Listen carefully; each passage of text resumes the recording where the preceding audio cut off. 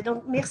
So thank you very much for having accepted our invitation for the closing panel of the digital lab of Tryspace, which future for public spaces after COVID.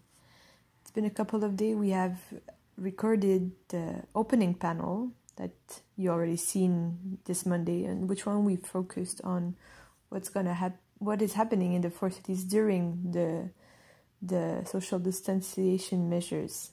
And what I would like to do today is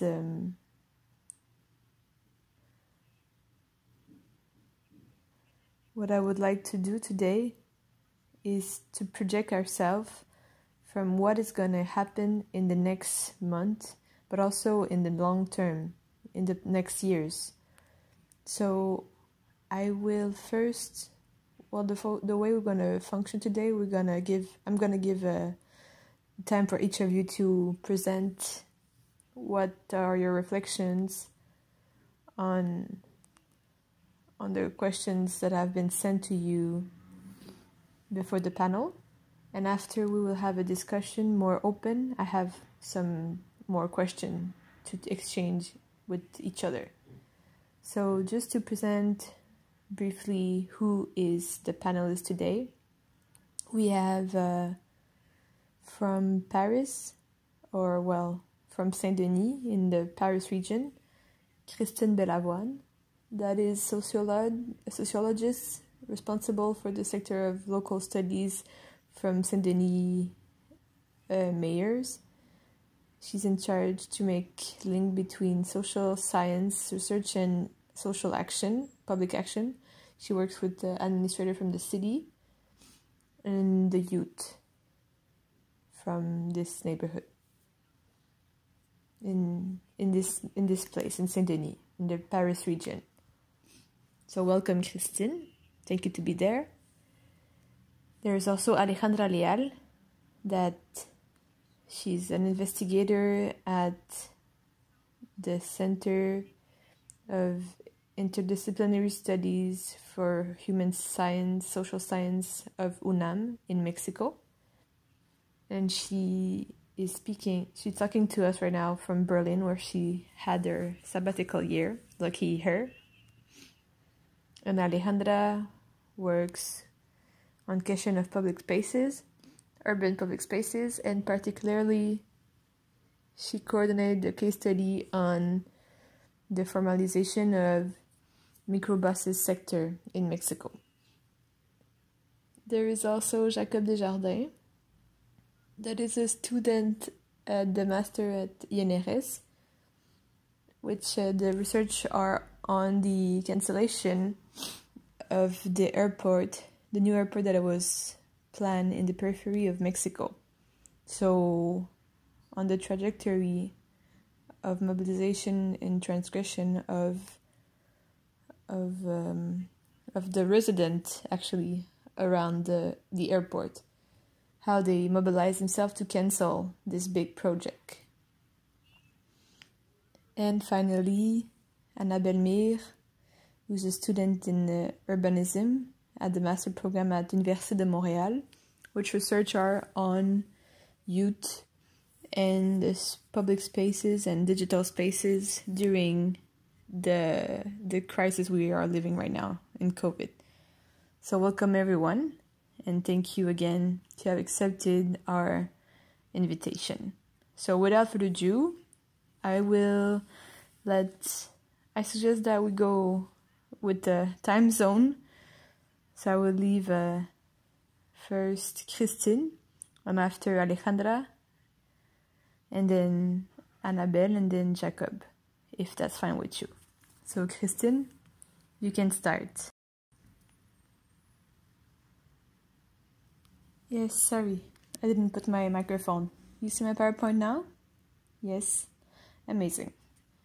So, to answer the question asked by Julianne, it seems that it's important that we have to come back on the context of the cities before this period of COVID-19 that will make us understand more easily the issues of those cities and to understand how the after can be drawn. So Saint-Denis, it's part of the little region of Paris that you can see on the left map here. So it's a commune from the 93 department that you can see on the right graphic. And to have an indicator very rapidly of the city, you can see on the graph of the bottom graphic the partition of the cities. Oops, sorry. I cut my microphone. I'm gonna come back in a second.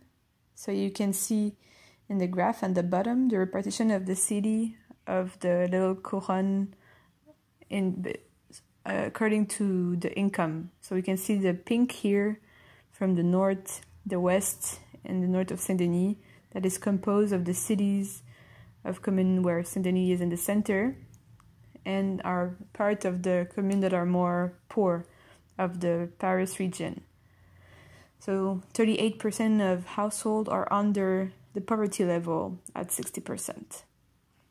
So it's a big city by its socio-economical story.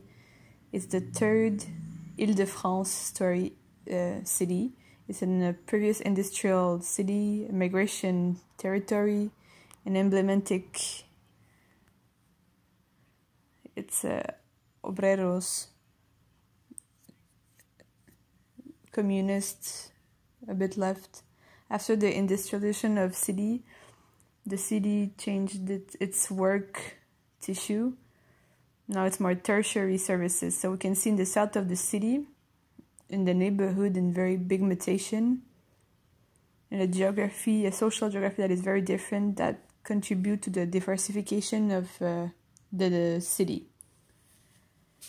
But Saint-Denis is essentially, there's a lot of popular classes living there with 40% of social housing, private housing that are very old and degraded, that allows the accessibility, it gives accessibility to the city from immigrant and popular neighbor population. So I won't go further. I will give 2 or 3 other indicators of this slide to make a focus on youth from Saint-Denis that are, by their characteristic, by their history, migratory characteristic of their family and diploma, they're particularly touched by the discrimination questions, but also a visibility in public spaces and invisibility in the political debate. So I will come back to that later. So we can see that in the public space that this is a popular city. So we can see it, for example, in the stores. So this is some pictures of downtown Saint-Denis that is very emblematic of this visibility of practice, popular practice in the city, in those public spaces, with those shops, stores, popular, low economical, but they're also very attractive to all the north suburb of Paris. So we see a visibility in public spaces that reinforce, that plays a role like an anamorphosis of the characteristic of popular characteristic of the city. Popular as a low economical status. Characteristics that are also very undervalorized and criticized a lot. So yes, we can see that is really linked to migration. So here, for example, there's a hairdresser, African hairdresser. And to remember also that foreign population is 31%, 38% of immigration in the city. If we do a focus on youth, more than youth of Saint-Denis have at least one parent from immigration. So during the COVID, Saint-Denis has distinguished itself, I would say, by a surexposition to mortality rate. We already have studies that coming from the surmortality that we've seen in some big cities, and Saint-Denis appears to the most touched by the surmortality linked to the exposition to the virus. So already we can see without any surprise to put into forward the factors that help us understand this phenomenon that can be tied to the situation of Saint-Denis.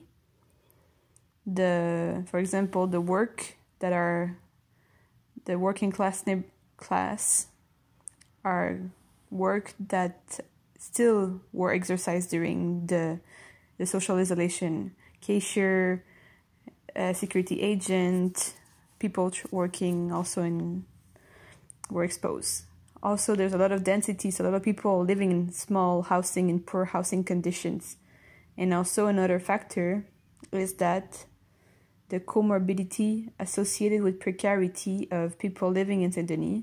We know that there's a gradient between the good health and the level of life, like global lifestyle of residents. And we say that in Saint-Denis, we know obesity problem of diabetes, problem of cardiovascular health are very important and have been put forward in this surmortality that was linked to COVID.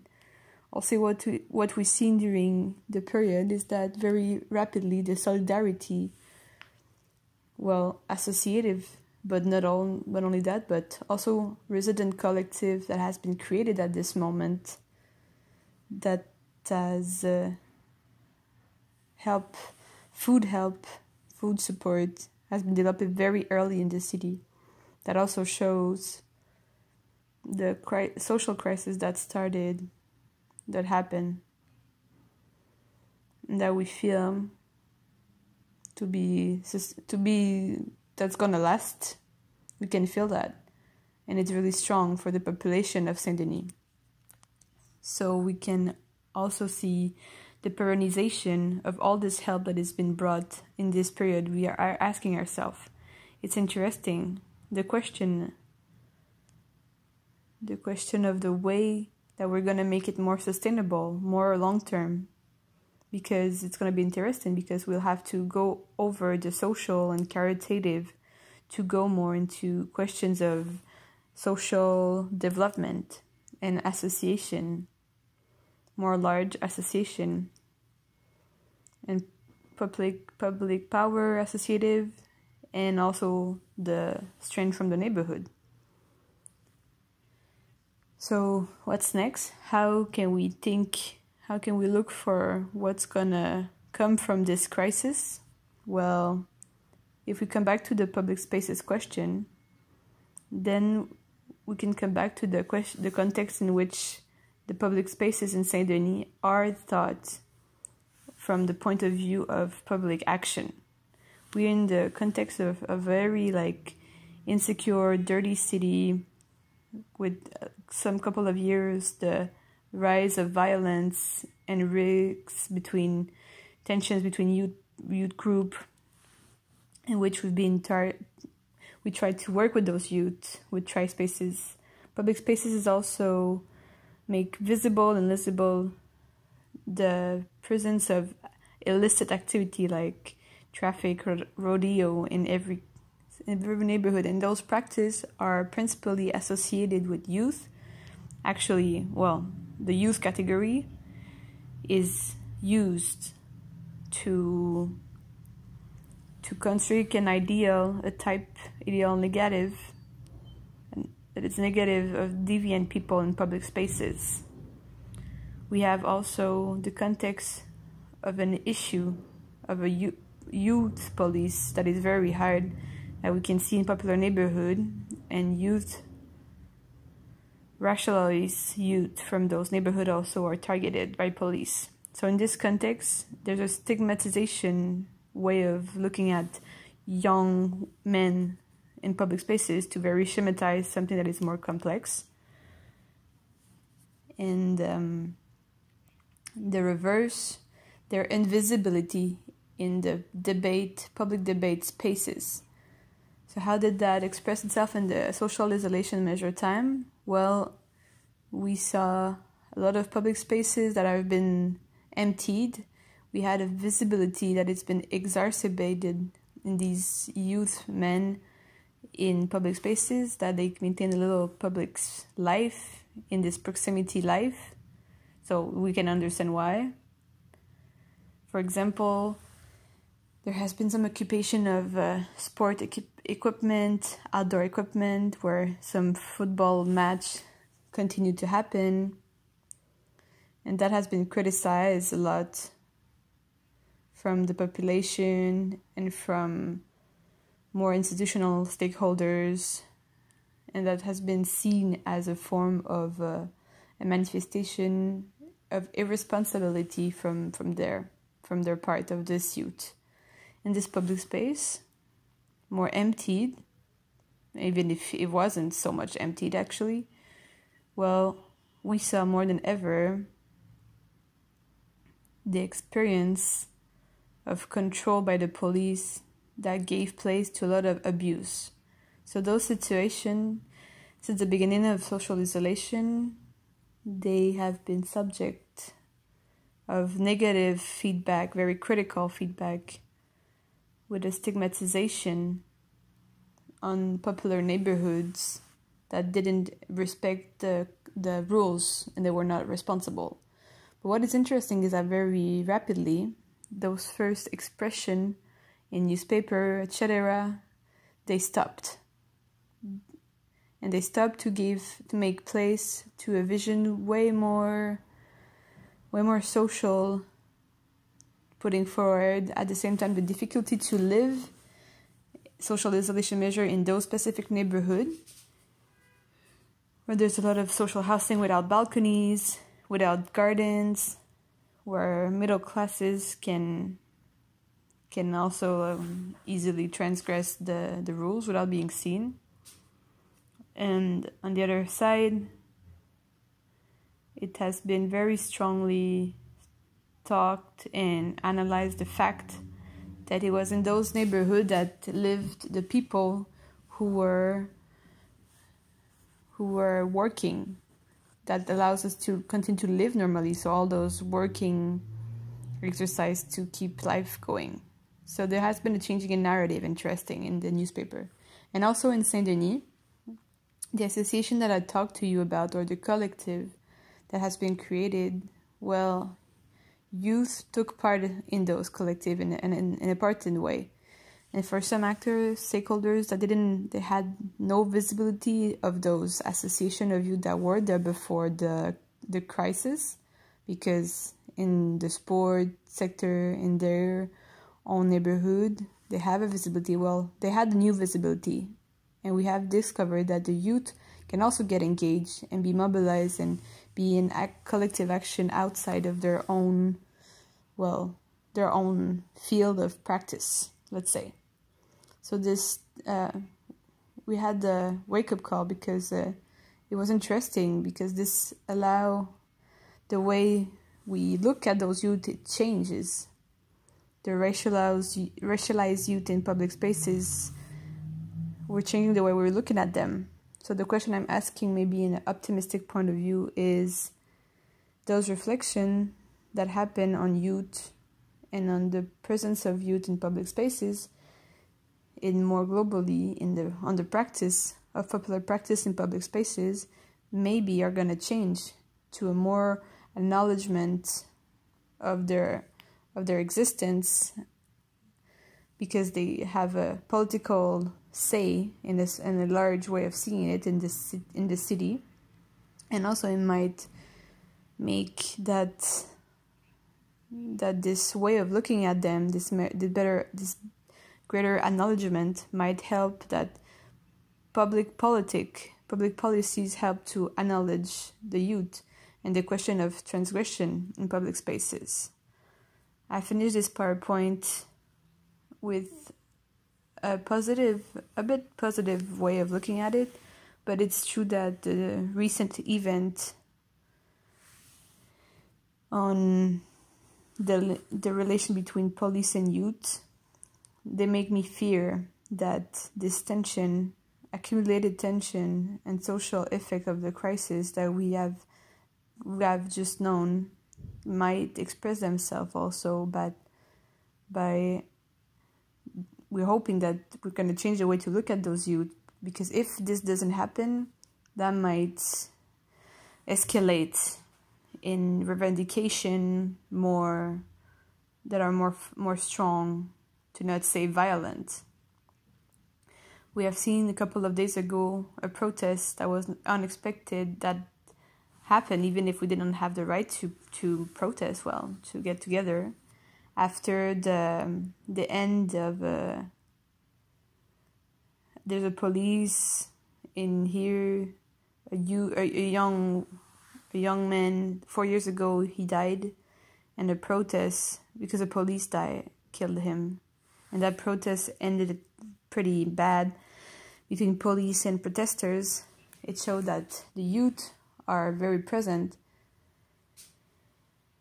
They come in public spaces, they come to express things, and if we don't hear them, well,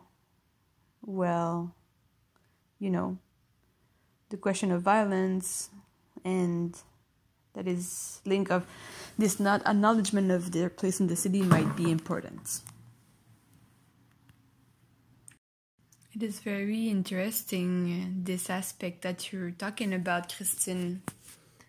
It's very interesting what you're talking about, this tension between the visibility of youth in public spaces and their invisibility in the political debate, and how with the last event, indeed, they're trying to be more visible.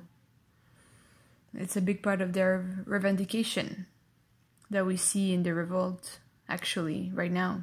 So thank you very much.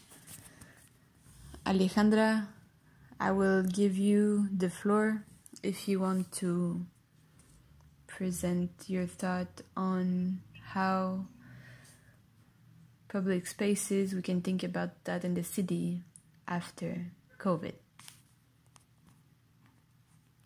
You can hear me? Yes. Okay, great. So I prepared a text that I would like to read to you. It's very short and it's very sort of exploratory. I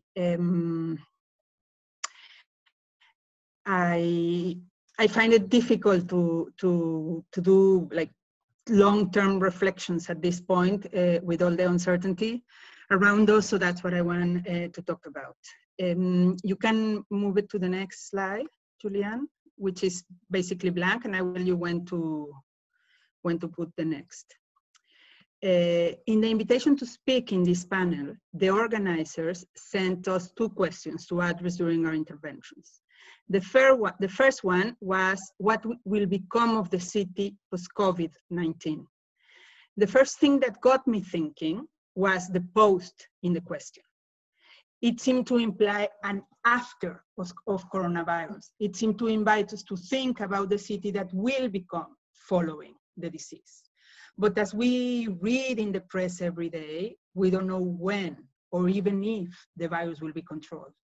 Maybe a vaccination or a cure are found, or if and when populations gain herd immunity. The first issue we have to grapple with is the uncertain temporality of the virus. Can you press click?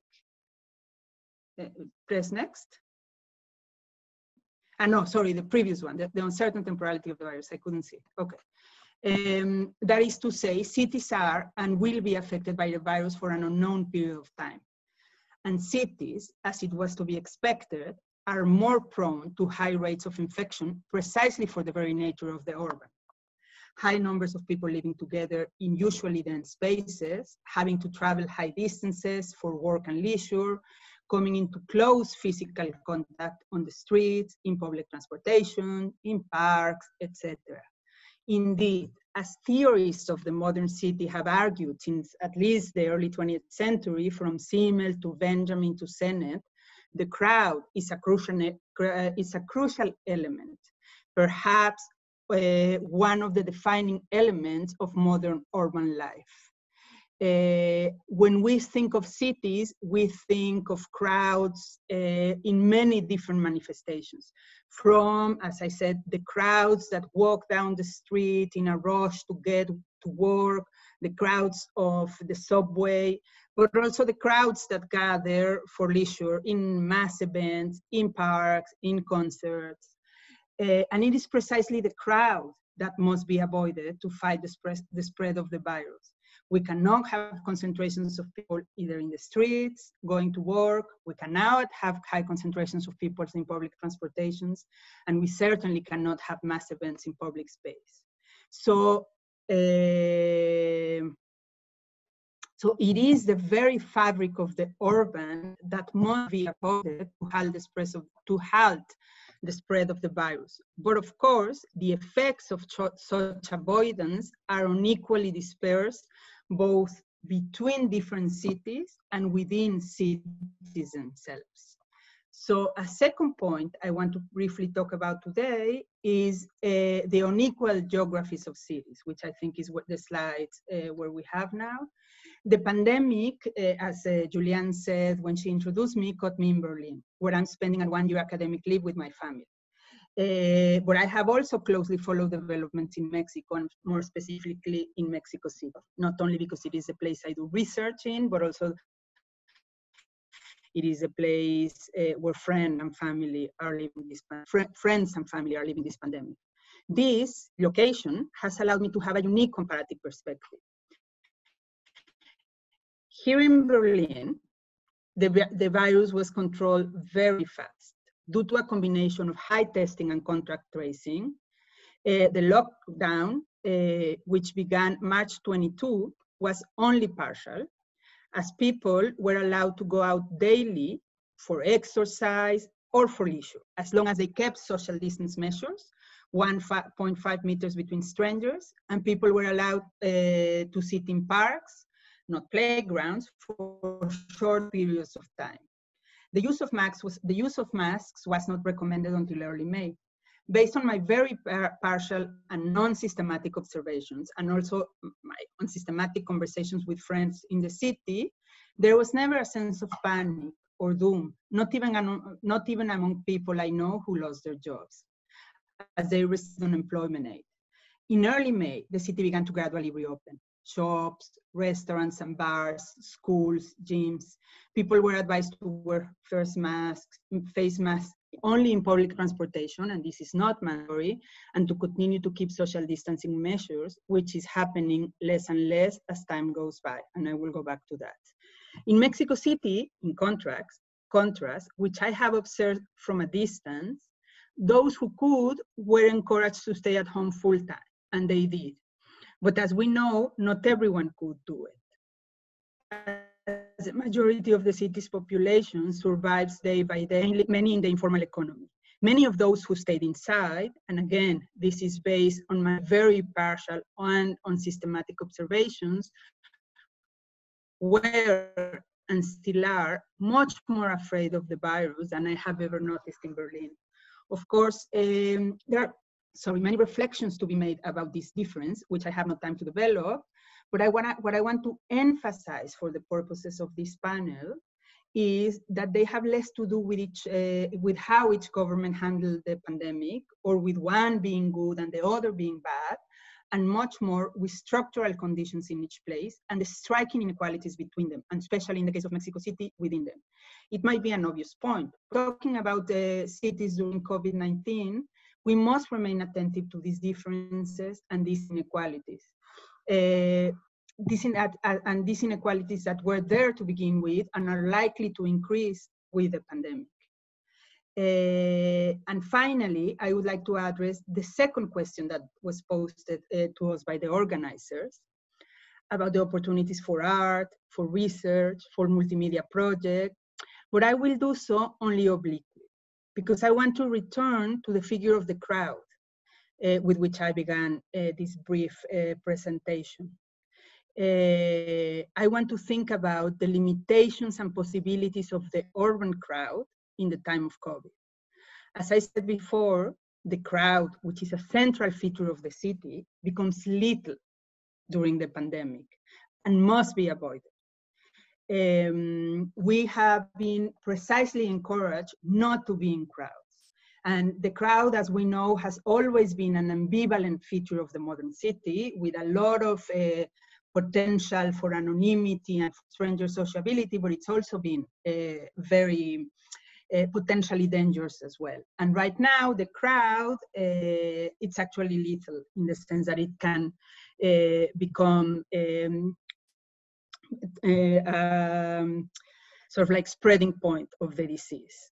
In a recent Guardian piece, journalist Dan Hackox, who writes for The Guardian about cities, wrote, while the pandemic has made exceptional demands of us, even before the COVID-19 lockdown, crowds have been under threat.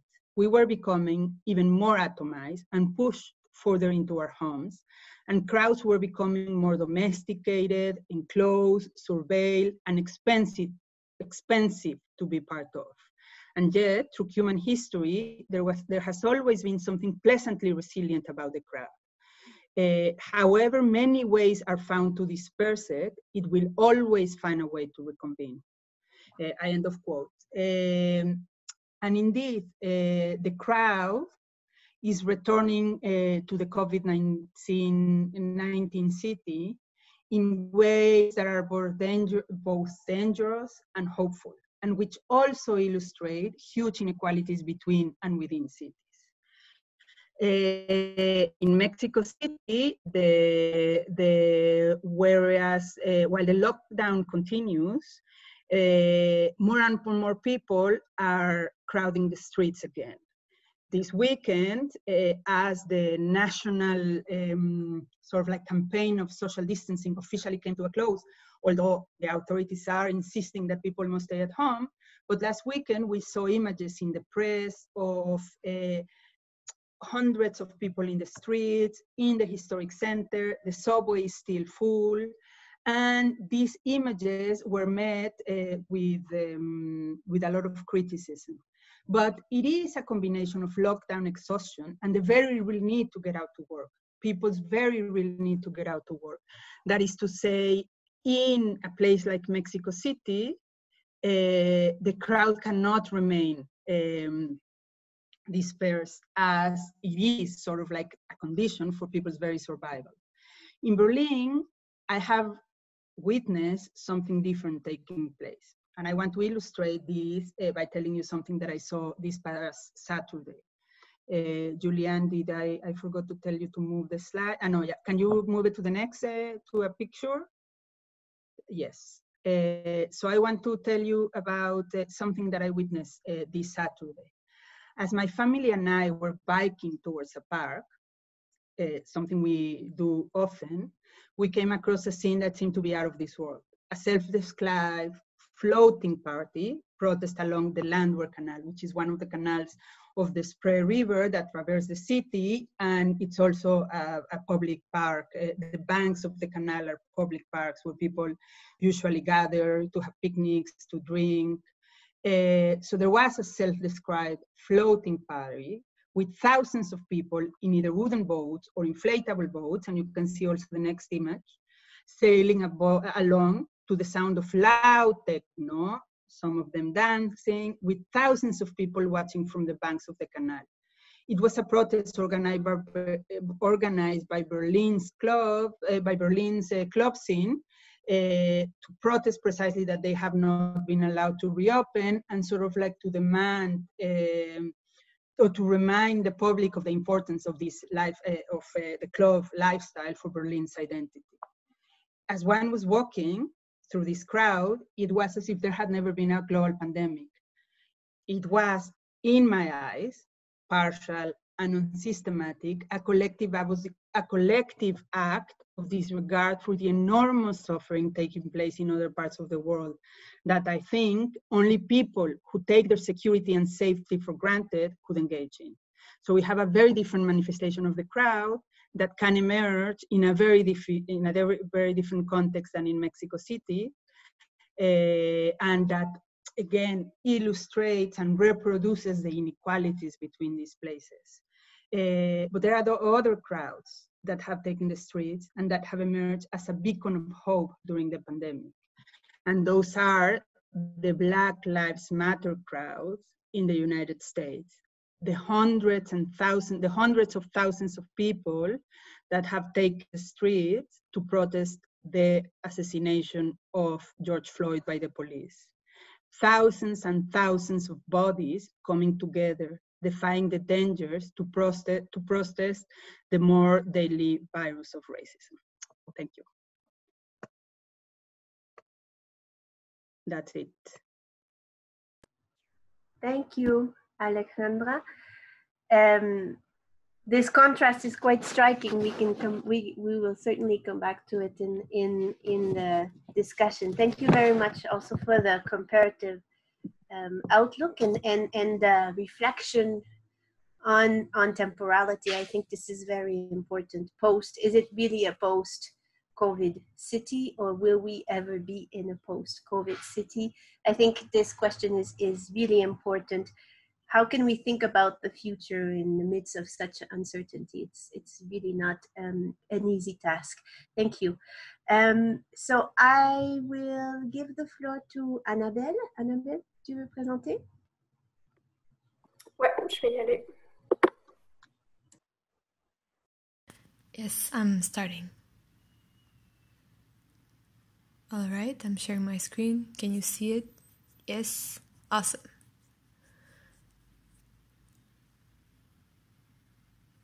Oh, there's some little...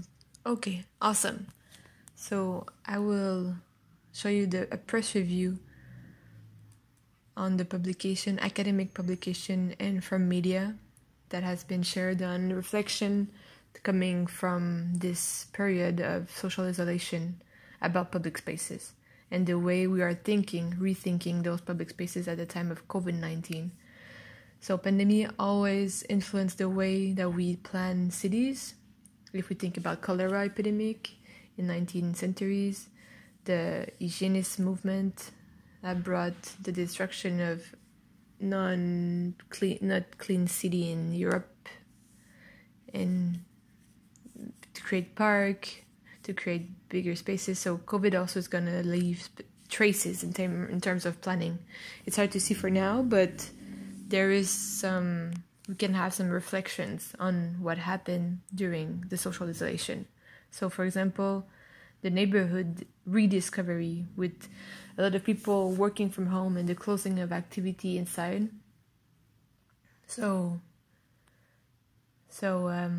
there has been a very re-centralization of city at the local neighborhood scale, the housing scale, and also the park in the neighborhood or the street in the neighborhood. So authorities, they had to rethink the sharing of the street for the security of the activity that are now outside to go to hang out, or for kids to play outside or to practice sport. So the government had to put some security measure for kids or people, and to have enough space also to respect the social distance measures. So you have an example here on the right. It's the downtown of Bruxelles, where all the downtown has been put as a pedestrian and cyclist zone, where the car speed has been reduced to have more security for pedestrian and cyclists. And on the left, we have a street in Montreal that's been closed to circulation in a neighborhood in Montreal.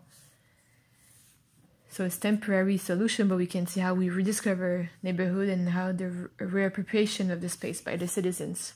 So next point is, I think, a way to rethink the cities, the streets, to have more use and also more activities that usually were inside, but now they're outside.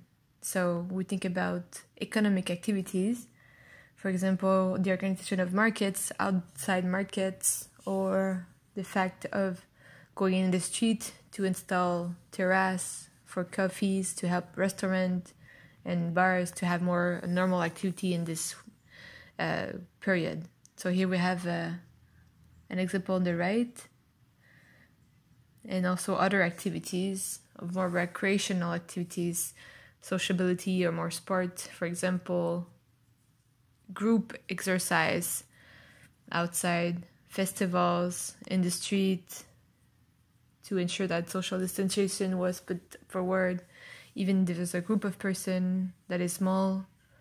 So we have an example here on the corner right, a group of aerobic in a country in Europe. So also the street, the fact that we are using to recreate activity in the street also allows to use those spaces that are underused to bring services for social public spaces, even more for neighborhoods that are not with those public spaces. For example, popular neighborhood, poor neighborhood, we can rethink the environmental injustice to have public services to population that need them. The next point is the park at the time of social distanciation. So the use of park has been very contrasted during this period. There has been different measures taken. There was cities who decided to close completely parks. Other cities opened them very quickly. Other also just open in these times, but they don't know if they're going to open or not, or close it. Because there's a lot of respect of social distanciation measure that is questioned. There's a fear to see overcrowded park where there's more transmission. So there's different solutions in terms of planning that are tested right now, explored. For example, on the left, we have an example to have temporary marking spot underground to incite people to respect social distanciation. So this is a park in New York that has used those circles to show them the distance to have. And also the solution to rethink the planning of parks by removing some equipment that have more space or that need more to be disinfected. For example, if people are going to use those equipment, well, you have to disinfect these places afterward. So people can. We thought about removing those equipment and to make park more place to hang and to walk more than places where you just chill and you stay.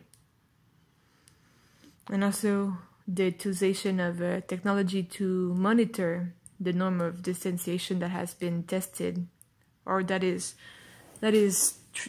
thinking to be used. For example, drones or surveillance camera. And this comes with the issues of liberty of people, the liberty of the data, personal data, the way we manage those data. We also see a good interest coming back from smooth mobility, which means slow mobility. A lot of people are working from their homes, so there's a big reduction of moving transportation demand. Also because we understand very easily that in the perspective of a pandemic, that is very highly that is very shared. Well, public transport it's not easy to take right now because a lot of transmission is happening there. So there's a reduction of car, but also the public transport also has been reduced. A lot of cities have seen that decreased. And also the confidence of people to use public transport. They don't feel secure. It's hard to guarantee that it's going to be clean because the only measure is just to limit the number of people in the buses and the metro, but that decreases the capacity of transport. So cities are investing massively more in their biking transport network to have an alternative that can make us respect the social distanciation measure. So here we have Bogota on the image. They've added 35 kilometers of cycling path in emergency, and also on the right here you can see the biking path in Paris. So they've added 350 kilometers of Paris bike paths in emergency. That is planned to be temporary but might become permanent.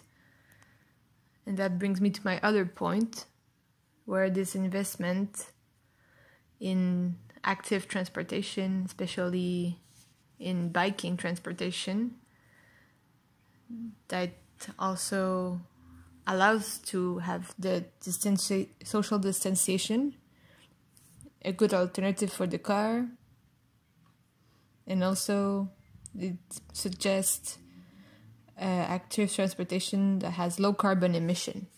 So as conclusion, I would say that a lot of investigators, researchers have seen in this crisis an opportunity to rethink the cities, not only by the situation of sanitary condition, health condition, but also in the crisis of the climate. So to create neighborhood that are going to be more resilient, so we can use parks and streets and also bike paths to start this transition by having way of doing that belong to the tactical urbanism category, that are very versatile and you can put in place very rapidly. So that's it. That's gonna be it for me. Thank you, Annabelle. Actually, yes. What strikes me in your presentation is this ambiguity that you're presenting between a more positive future and a more pessimist future. So we can feel that we are in a moment that things can change. And how it can change, this is a question we'll come back after the presentation of Jacob. So Jacob, I'll leave you the spot. Well, thank you very much for your presentation. It was very interesting. I have something more exploratory, let's say, that are more observation and reflection that I have, that are more linked to the construction of the new airport of the Mexico City. It's my subject of research. So first, I will share my screen, but it's gonna stay the same thing all along. It's a map. It's a map from the airport.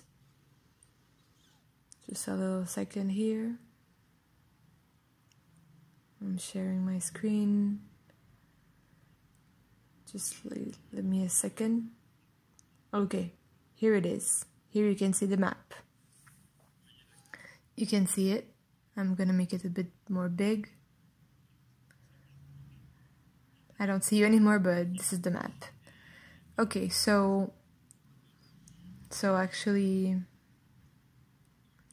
all along this, well, since the beginning of this pandemic, I'm asking myself, there's a question that I was thinking after reading a lot of articles also about the construction of the new airport of Mexico City at Texcoco, because now it's important to say that the project has been displaced after the consultation of AMLO. The project in 2018, the project changed location to Santa Lucia, that is 40 kilometers more or less from the site of the first project of the airport. And there was a activist group that were asking, actually, they were questioning of how much you've been traveling in airplane in your life. Do you use this transportation mode often, and is it really worth it to augment the richness of the one who will use the airplane to the negative impact of the people living around that will lose their home and their territory? So to make a bridge with the situation right now, here, Will Prosper, he's an activist, cineast in Montreal, that says, actually in an open mic at a radio show on Radio Canada, CBC. I'm going to quote him because I think it's a very good quote and linked with the traveling aspect. I just feel like I just want to say it's going to be okay. It's going to be okay for who? Can I know? It's going to be okay for the one who never take the plane in his life, in a country that's going to get poorer, and it's going to die. He's going to die from a virus that travel way more than himself. So that's his quote. So my reflection is more about this is a reflection A reflection for me is to say, what is the impact at the end of traveling by plane, considering that every day approximately there's more than 100,000 traveling by plane that are being made. In 2019 there was some record, like 220,000 travel trip being made, but who takes plane? It's a minority of people, and at the end, who has the counterpart, the negative impact of it? Well, people that are already poor. And in the case of the city of Texcoco, which I investigated, it really affects the region that we can see. If you can see my mouse here on the screen, it really affects the region Mexicaya, San Salvador Atenco. So I had an interview with an activist who lives there, and she lives between two highway that has been put for the airport now. Why this map? Well, I just want to put in context that it's an activist group that it's called Geocomunes, that is investigating different issues with urban mega project, and they're doing mapping. So I thought that this map, it's a bit complex, there's a lot of stuff on it, but to me it really represents what is actually the project of Mexico airport. So that at the end it's not only the airport here that we see, but also all the highway, the opening of some mining sites that we extract minerals to construct the roads and the airport to go there, and the landing places for planes. And we can see also on the corner left the first airport that is existing right now. It is like 3 times smaller than the airport that they want to plan to build. So I've been investigating more the resistance from the point of view of transgression, and I was thinking more about the resistance, to everyday resistance to the project, and the goal to go out from classical context of what it is to resist. For example, by organization of union worker protests, occupation of space, etc. It doesn't mean that there's not this type of mobilization in the case of the airport, but the way that comes from my field study is that this mobilization is really even more everyday, and it can be very punctual. Let's say, if I think about an activist who was telling me that was in the Guerrero state, in one night, for example, she went back to Texcoco because there was a blockade that's been organized, and she decided to come back to participate to this blockade, no matter if it took a number of hours to travel. But she decided to come back to this blockade to support her camarade. So in the time of COVID right now, what this changes from the last conversation I had with my friend out there and some activists out there is that the fight keeps going on, even if the airport of Texcoco is not going to happen. It's not going to be constructed at the end, not going to be built. Well, the highway there is still being built. There's already some pieces of the highway that are there. The activist I was talking to you about, she lives in between those two highways, and they're having some threat against her to ask her to leave, and it's actually pretty violent to expropriate her, but she's resistant. But she's telling me that the fight keeps going, and it's not gonna stop, not soon. But we also have to understand that most of the activists that I met, they occupy between 2 and 3 jobs at the same time. So, and some of those jobs might be informal. So in the case of COVID, like Alejandra was saying, these people, even if they can't go out and we ask people to stay inside, well, since there's no social security that is guaranteed by the state for everyone in Mexico, well, these people need to continue to work. So to be exposed by virus because of construction of airport that maybe these people might never use in their life, well, moreover, they're exposing themselves to the virus because they have to go to work, because they don't have social security for those people. And to finish, I was reading an article that was in La Jornada newspaper, who was talking about the airport of Santa Lucia, where the 27th of May, they found a remnant of 60 mammoths because they were doing excavation in the airport, so to continue the airport. So finally,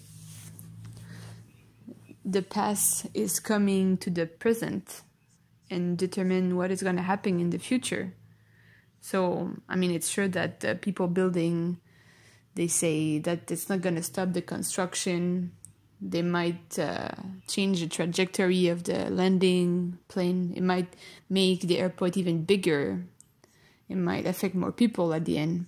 We have also to remember that in Santa Lucia, there is a resistance that is organized since the beginning of the consultation that happened in 2018, and that is expressed in the same parameters that the one in Texcoco. And of course, people from Texcoco have links with people from Santa Lucia, even with people from Camac. And yeah, so they have ties and links, and they support themselves in their fight, their daily fight against mega project of urban development in the region. So I will stop there. Thank you very much. Thank you, Jacob. It's very interesting to think about, as you ended, the past which will perhaps prevent the construction of the airport, but we wonder if we will still need it. That's the big question, with restrictions on international mobility that we are living through right now. And we may be living through for a very long time. I thank you very much for all of your presentations. I think they show the breadth of the transformations we're going through right now. I very much like the quote you mentioned, Jacob, by Will Prosper. It goes back to this question of optimism versus pessimism. Optimism, we know things are changing, but should we be optimistic or pessimistic? That's an open question. I would like to hear you now on three aspects of this city, this COVID, post-COVID city. The first one, I would like to hear you going back to what Alejandra was saying about the crowd. The crowd is what the city is all about. It has always been. Annabelle showed examples of how the public space is being designed in response to the current situation and the need for public space, which is very obvious. How do you think that the changes we see in people's behavior in public right now, will these habits last or not? What sorts of sociability, social life will we see in the near future? what sorts of transgressions to these new rules as well, because there's a number of new rules about 2 meters distance, the mask, etc. So I'd like to hear your thoughts on sociability in the city right now. Perhaps we can start with Christine.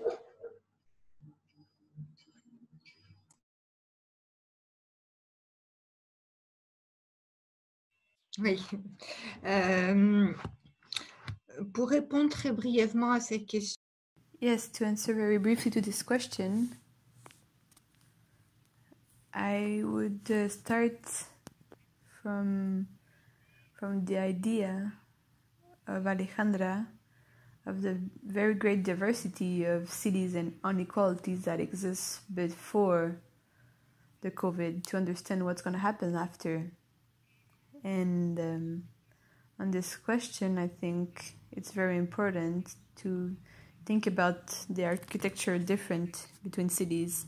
The question I ask myself is, well, seeing the preconization we see about distance, it feels like we could think that some cities will go to an adaptation, a perfect adaptation to those rules of public spaces, very neat, very open, on which we will make circles when we will need it, to be distant. Cities so much open that the control of one over the other will be very strong. And on the other side, cities like the downtown of Saint-Denis that I sent you, that I showed you, of the little street of République, that is this little street that is pedestrian, that is occupied by a lot of little stores, little shops, popular stores, that is already very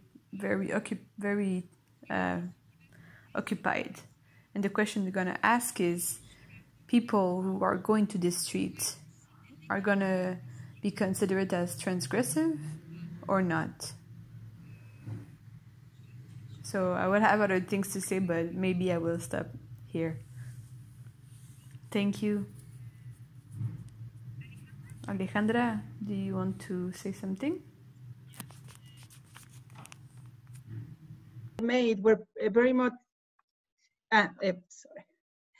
we're very much inspired by this question of the crowd and sociability in the city. And the point I wanted to make is precisely that what I see is the inequalities being sort of like magnified. And on the one hand, between cities, because I mean, the irresponsibility that I see the Berlin techno protesters displaying, it's a responsibility that one who knows that the consequences won't be huge can take, right? If they get sick, they will get proper care, and etc. So it is a transgression that has a context, and also that, I mean, if we saw this type of transgression in a city like Mexico City, I think it would be sort of like read by the international press as part of this lack of civilization.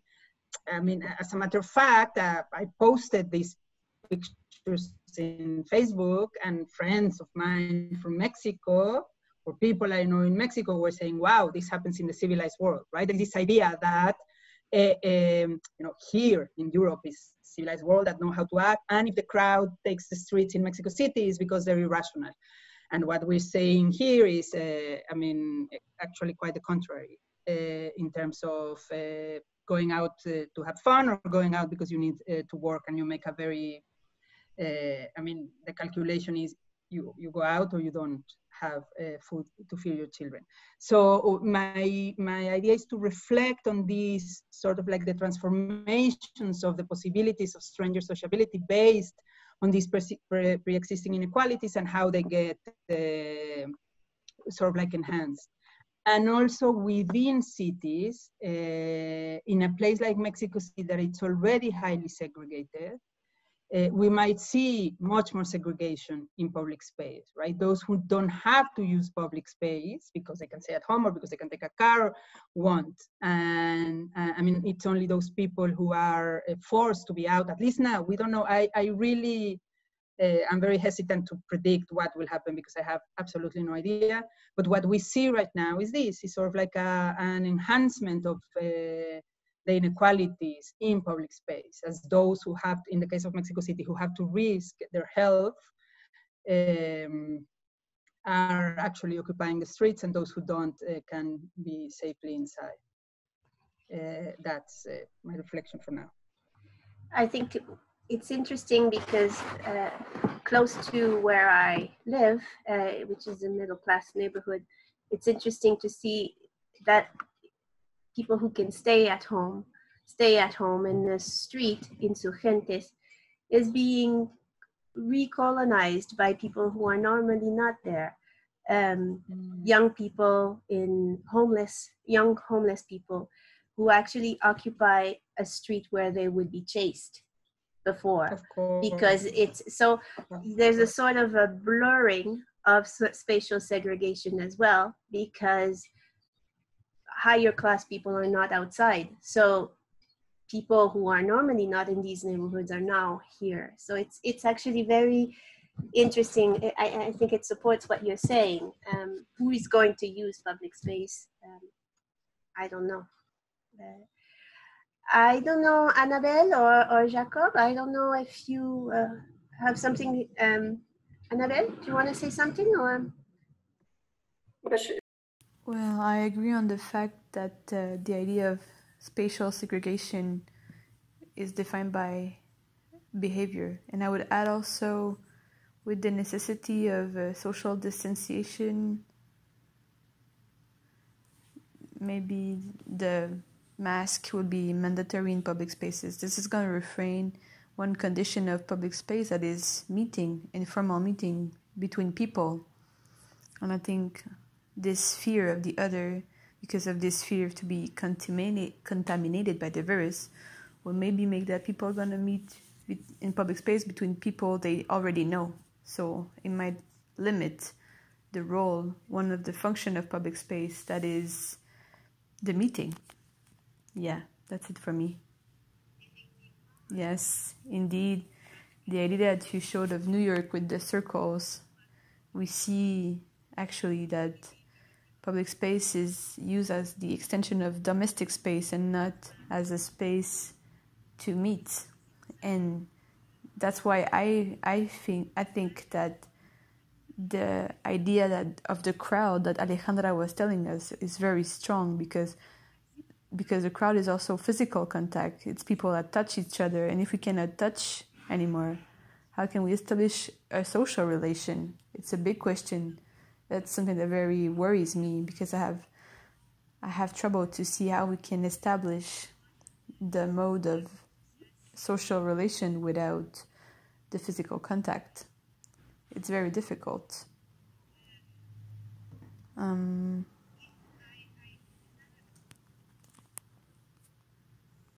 Aside from sociability, is mobility. And I think this was very present in Annabelle and Jacob's presentation. So what will change in terms of mobility in this new city? Jacob, do you want to start? Oui. Yes, well, actually, I wanted to add something about the sociability question, but I will start by that. Well, actually, just maybe bring a nuance of Mexico. The experience of my friend in Mexico City, well, I meet people that are in the climbing community of Mexico, and it's people from middle class for most of them. And actually, they use the privilege of having a car to go out of the city. Not everybody, because there's a bit of critic being made toward that, but some people use the car, the privilege, the fact that they have a great mobility actually to move in periphery of the city, whether if it's Salazar Nevado de Toluca, like 40 minutes from the center of Mexico, and that at the end they have an effect, an impact of potentially transport the virus with them.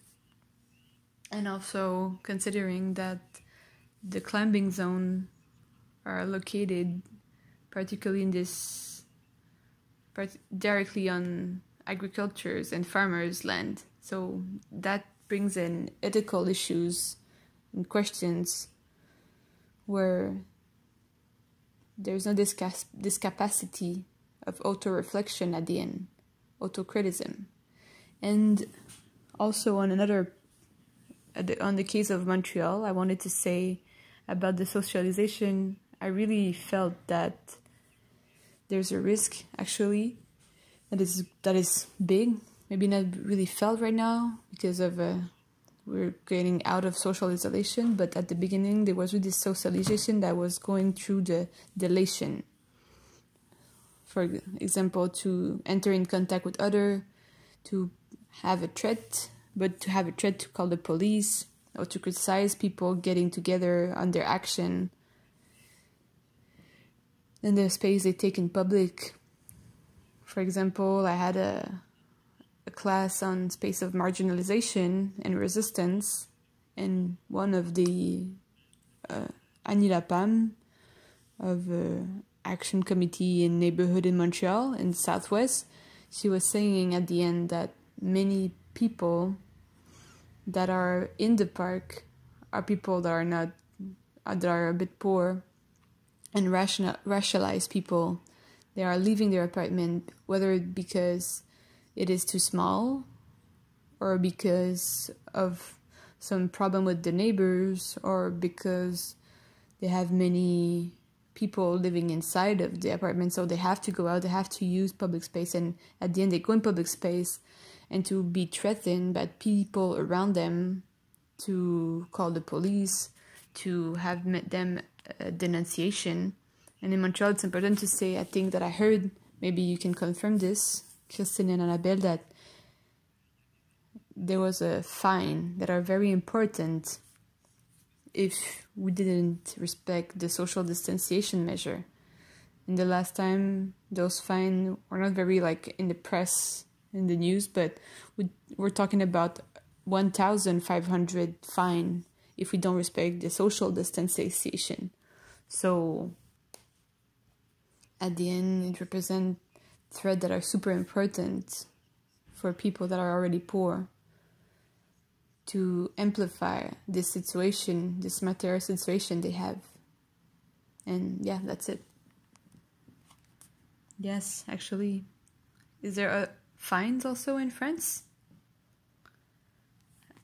Yes, in France we had two types of fine. With the 2 period of socialization and after socialization. During the socialization measure, we had to go out with an attestation, a document that we were signing to indicate why we were going out. It had to be predefined. If we didn't have this attestation, this document, or if the reason why we're going out was not judged valuable, it was a €135 fine. After that, it was 1,500 euros if you have a recidive. And maybe, well, a lot of people from popular neighborhood, they have been controlled 10, 15 times with fines that were very high. And right now, it's more linked with the question of mobility. We could not go out more than 100 kilometers from our household.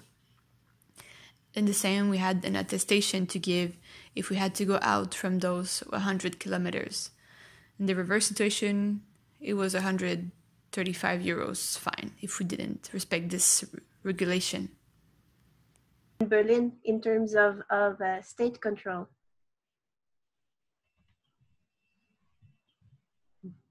In terms of fines? Fines, yes. There were also I think the fines continue to be the same because the social distancing measures haven't changed in terms of how many people, or they changed a bit, but basically you are supposed not to be in large groups. If not, you can get a fine. Then the fines had been suspended because there was sort of like a judge ruling, and then they are I mean, now people can be fined, but the fines are not very large. And for example, in the boat protest that I saw, I mean, it went on for hours until the police broke it out. I don't know if they put fines on people, but clearly they're not being very strong in enforcing here in Berlin, at least here in my neighborhood, which is what I know. I mean, but I want to say something about that. At the beginning, they had the federal guidelines said that people had to have ID with them and proof of address, precisely to see if, because you were allowed to go out within your household, I mean, with members of your household, either your family or your roommates.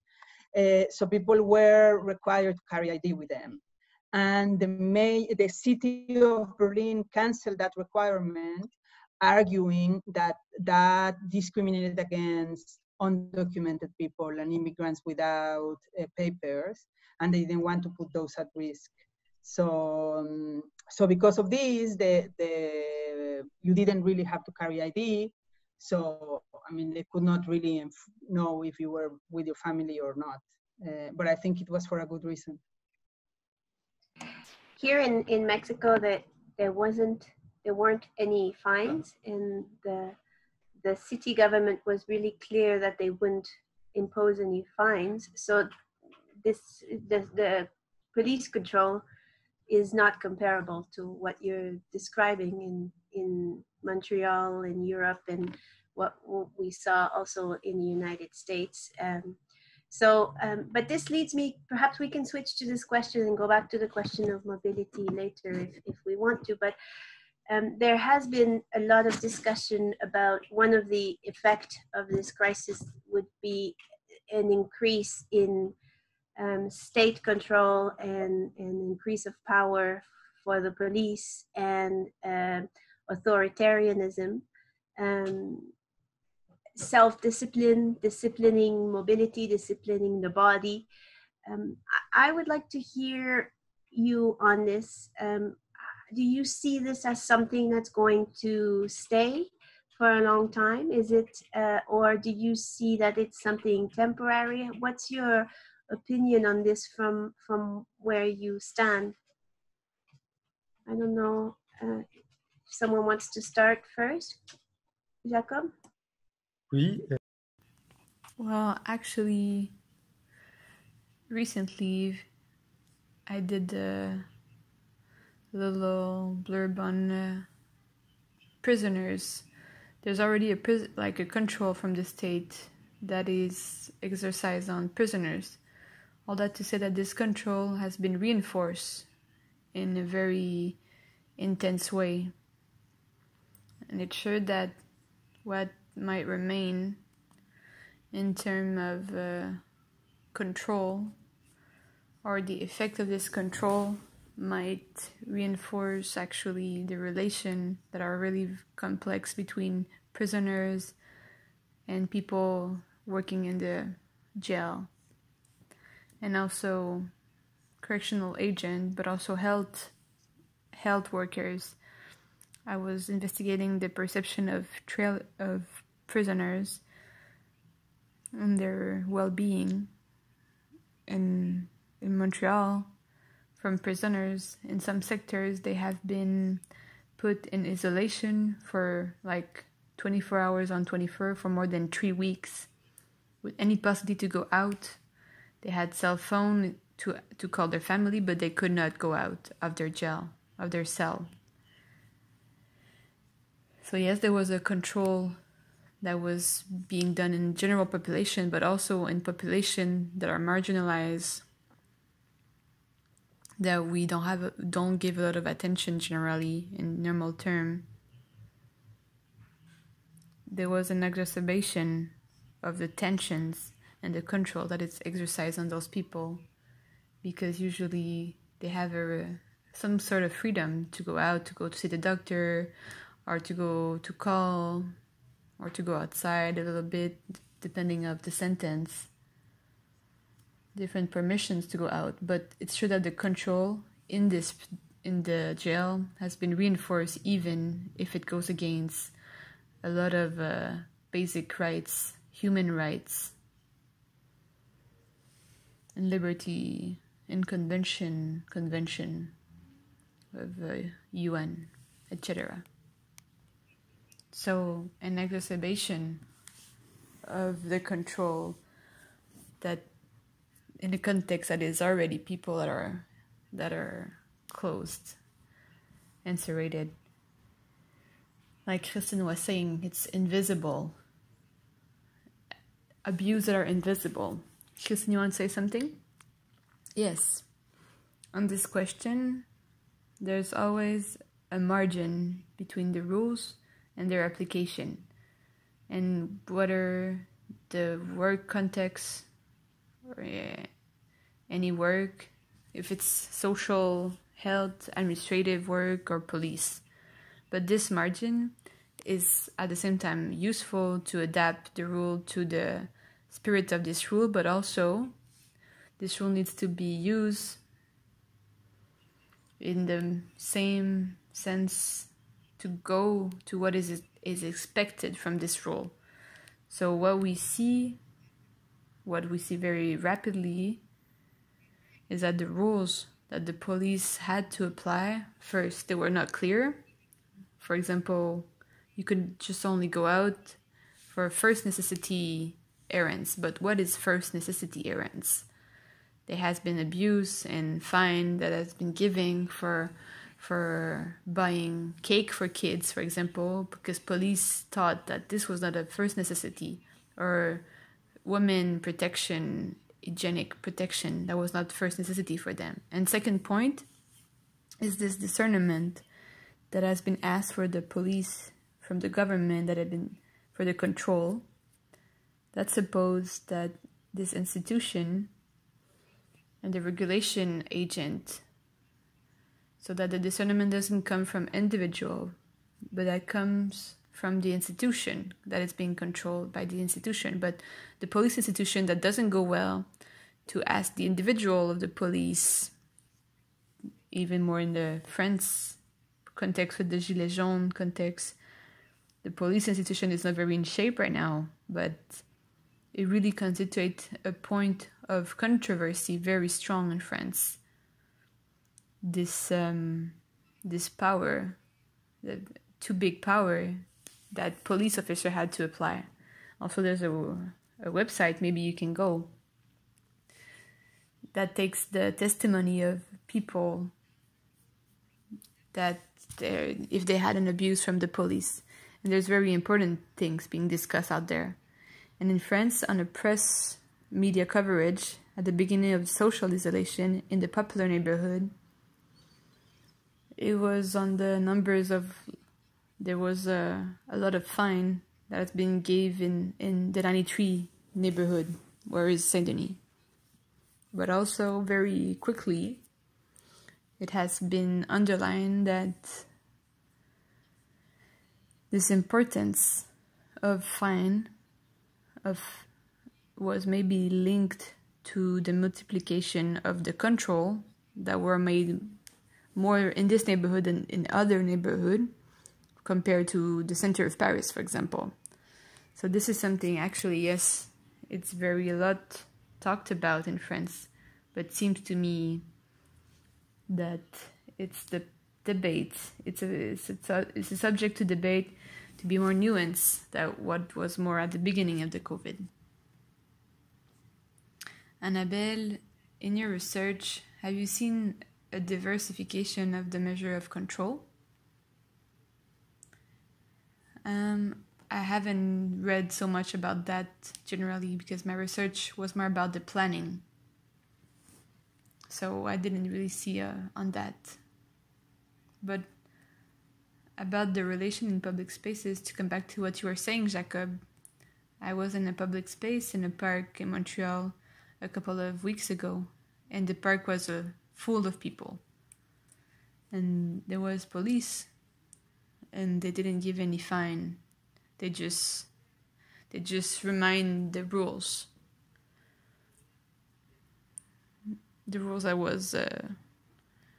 I think in Montreal the fine is just too high, so police are like thinking we're not gonna apply it.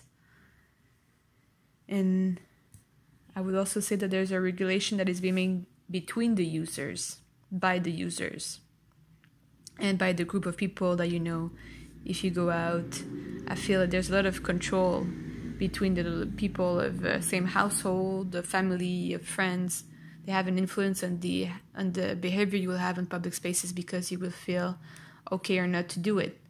What is sad about that is that whether it's public spaces between strangers or between people you know, is that the subject is so like crispating that there's no more tolerance at all. There's no objectivity or dialogue between people. You have the impression that it's very ambivalent between people who are going to apply it very strictly and other who will have a big tolerance. But I guess that this type of measure, personal opinion, might be felt as well to police, for example. And when you go in the street, there's a lot of interpretation, I think. Thank you. To ask you one last question. Annabelle mentioned that our spaces has shrunk to the very micro local street and in our house. Yet at the same time, we remain very connected digitally, unequally, of course. Not everyone has the same access to this digital world, but we all have, we are all conscious that this is going on everywhere in the world right now. We are with different rules and regulations, but we are all living through this global crisis. So when we think about the city, in the past decades, the city was thought in a global way, right? Jacob mentioned the airline travel, and it was a hypermobile, hyper-connected definition of urbanity that we had, of course, unequally distributed. I think this was very clear in Jacob's presentation, but also in Alejandra's presentation, and in all of your presentation in Paris as well. I would like to hear your thoughts on this. How is this digital city and this micro local city we're living in right now? Is this something that will continue? Do you think that, how is this going to change our daily life, our mobility patterns, our sociability patterns, our relationship with the police, with the state? I don't know if anyone has any thoughts on this global connection between the cities and how this is articulated with the very micro, local, everyday life that we're living in a very confined space. Alejandra? I mean, I am very hesitant to talk about the future, like what will become. What I can talk about is the present. And yeah, indeed, there is this sort of like increased connection, but as we know, I mean, increased connection in the sense, for example, I wasn't participating in seminars in Mexico City because I'm in Berlin. And now I'm participating in my seminars because I can, because everyone is participating from a distance, so I can be, you know. But on the other hand, as we know, it is precisely the physical contact, coming into contact with people in class or in seminars, where a lot of things are created beyond the exchange of information, right? And those things are clearly not happening now, also for the kids in school, where they do have access to classmates, and when my girls are already back in school here in Berlin, but only for 2 days a week. So, I mean, I think it's a very particular way of being connected that is missing all the other things that happen beyond the purpose of our meetings socially in cities. That, but again, I think we can't, or at least I can't think about what will be, because things are changing so rapidly and very much all the time that we really have no idea how this is going to, or at least I don't. Christine? Yes, I will start by what Alejandra finishes. It's impossible today to project ourselves because of this uncertainty, but also because of all the messages, contradictory messages that are coming at the same time. How is this all going to unfold, to be negotiated, to go forward? I think a part of the answer is very tied to the economical politics that will be decided in politics thought with the work space. I'll take an example on this aspect of working. At the beginning of the social isolation, we had a lot of text expression of the comfort, of the modernity, thanks to social isolation, that we will be able to access to a working place that is more modern, where working from home is going to jump ahead, where everybody will be more more relaxed. But the more and more we saw the limits of this tranquility, with a lot of expression of the dryness of the working in our little cells, individual cells, the more big dependence on hierarchy, the difficulty to have collective, to innovate, to exchange, to have like some margin. So we have at the same time tendencies that are very contradictory. Some business, for example, to see how those politics and the strategic side of things are going to use this period. We already see businesses and companies that are saying, well, yes, we'll keep going with this working from home. Is it because of the comfort aspect of people, or is it because of the aspect control, better individuation of work and atomization of people? Well, we don't know actually. And yes, I feel some powers, discussion, debate going on that makes it impossible for me to any projection, clear projection in a path. Yeah, actually, it's really hard. It's really hard. The working place is actually the control, individual control, as Alejandra was saying, the lack of physical contact, where all the nonverbal communication is absent on these platforms and on our screen. Annabelle, would you like to say something that could maybe help for a conclusion as well? Actually on this, I don't really have comment to add, but I think it's really hard to project ourselves. Even we can see some things at the end. I think it depends a lot of the context of people, what they're gonna decide. We're very limited actually for now. We're waiting for next directive. So yeah. Jacob? Well, yes, I think I agree with others saying that it's hard to project ourselves in the future. We can only see if we observe what is happening right now, that this communication, let's say transnational, that we can see right now in the events of last week, they go by resistance. There's a socialization transnational that goes through resistance with the multiplication of protests, for example.